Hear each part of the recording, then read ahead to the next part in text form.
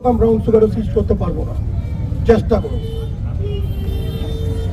প্রচুর ব্যক্তি আমরা পেয়েছি, তারা ব্যক্তিগত জীবনে এরকম ছিল না। অনেক ছেলে মেয়ে তাদেরকে প্রলুব্ধ করেছে, তাদেরকে এই কাজে ঢুকিয়েছে। তারা পেডলার হয়েছে, কেরিয়ার হয়েছে, 1000 টাকার জন্য গার্ড হচ্ছে, 2000 টাকার জন্য তারা লেবার হয়ে যাচ্ছে। আমি তাদের বলবো তারা সরে আসে।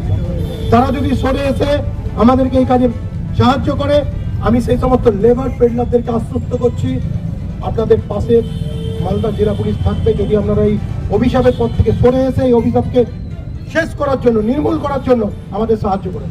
নো, মালদা জেলা পুলিশ এটা চেক করার জন্য আসেনি। মালদা জেলা পুলিশ এটাকে সমূলে উৎপাদিত করে একদম পুড়ে ফেলার জন্য এসেছে। ওই আমি 10 কেজি ধরলাম আর 20 কেজি তৈরি হলো, নো। বা 100 কেজি ধরলাম, 500 কেজি তৈরি হলো, নো। এটাকে এমন করতে হবে যাতে 1 মাস 2 মাসের মধ্যে আমরা এটা বলতে পারি যে মোজামপুর অঞ্চলে 100 গ্রামও ব্রাউন সুগার তৈরি হয় না। এটা নার্সিং গ্রাউন্ড আর থাকবে না, এটা ব্রিডিং গ্রাউন্ড আর থাকবে না।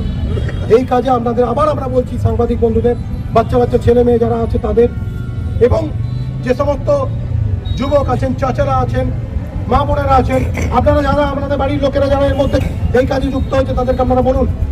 কারণ আপনি বলুন তো, এই পয়সা দিয়ে আপনারা, আমি অনেকের বাড়িতে শুনেছি ডক্টর আছে, সেই ডক্টরকে আপনি লজ্জায় ফেলছেন না?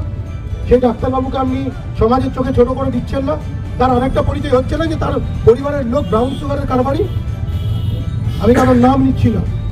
আমি এমন একটা কেস পেয়েছি যে সেই ব্রাউন সুগারের কারবারিকে লুকিয়ে রাখার জন্য সেই ডক্টরও সাহায্য করছে। এটা যদি করেন তাহলে আপনিও কিন্তু আইনের চোখে অপরাধী। আমরা কিন্তু আপনাকেও শেয়ার করবো।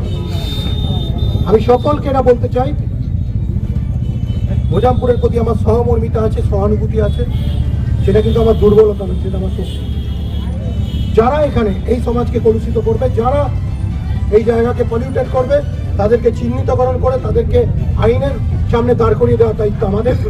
সেই নৈতিক দায়িত্ব, সেই পেশাগত দায়িত্ব, সেই সামাজিক দায়িত্ব মালদা জেলা পুলিশ পালন করবে।